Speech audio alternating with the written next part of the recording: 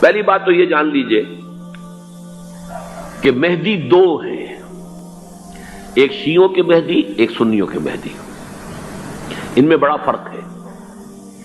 شیعہ حضرات مہدی کو مانتے ہیں، وہ ان کے 12ویں امام ہیں۔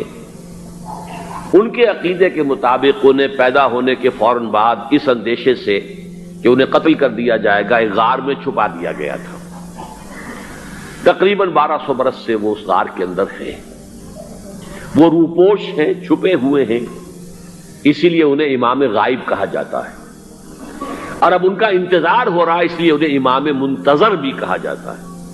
اس لیے شیعوں کے دارالعلوم جو ہوتے ہیں، دارالعلوم المنتظر، وہ اس لیے کہ ان کا انتظار کیا جا رہا ہے۔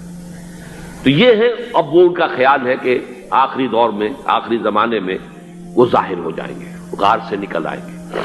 دیکھیے، میں اس عقیدے کو اس بنا پر رد نہیں کرتا کہ یہ ناممکن ہے کہ کیسے کوئی شخص جو ہے 1200 برس تک کسی غار کے اندر زندہ رہ سکتا ہے۔ نہیں، میں سمجھتا ہوں ممکن ہے۔ 300 برس تک اصحاب کہف رہے کہ نہیں رہے؟ سوئے رہے۔ 300 ایئرس ہم مانتے ہیں۔ حضرت عیسیٰ اسی حیات عرضی کے ساتھ 2000 سال سے موجود ہیں آسمان پہ کہ نہیں ہے؟ آپ کو معلوم ہے حضرت عزیر 100 برس تک مرنے کے بعد دوبارہ زندہ کر دیے گئے۔ فَأَمَاتَهُ اللَّهُ مِئَةَ عَامٍ ثُمَّ بَعَثَهُ۔ تو ناممکنات میں سے کوئی سوال پیدا نہیں ہوتا۔ لیکن یہ کہ آیا کوئی امامت معصومہ کا تصور قرآن اور حدیث سے ہمیں ملتا ہے؟ پھر یہ کیا یہ موروثی امامت کہ حضرت علی کی نسل جو حضرت فاطمہ سے چلی ہے اسی میں یہ امامت ہوگی؟ اس کے لیے ہمارے پاس کوئی دلیل نہیں ہے، ہم اس کو تسلیم نہیں کرتے۔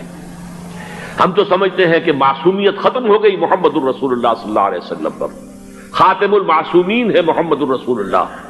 اب ان کے بعد تو اجتہاد ہے اور خلافت ہے۔ عام معاملات میں اجتہاد ہوگا، نظام خلافت کا ہوگا۔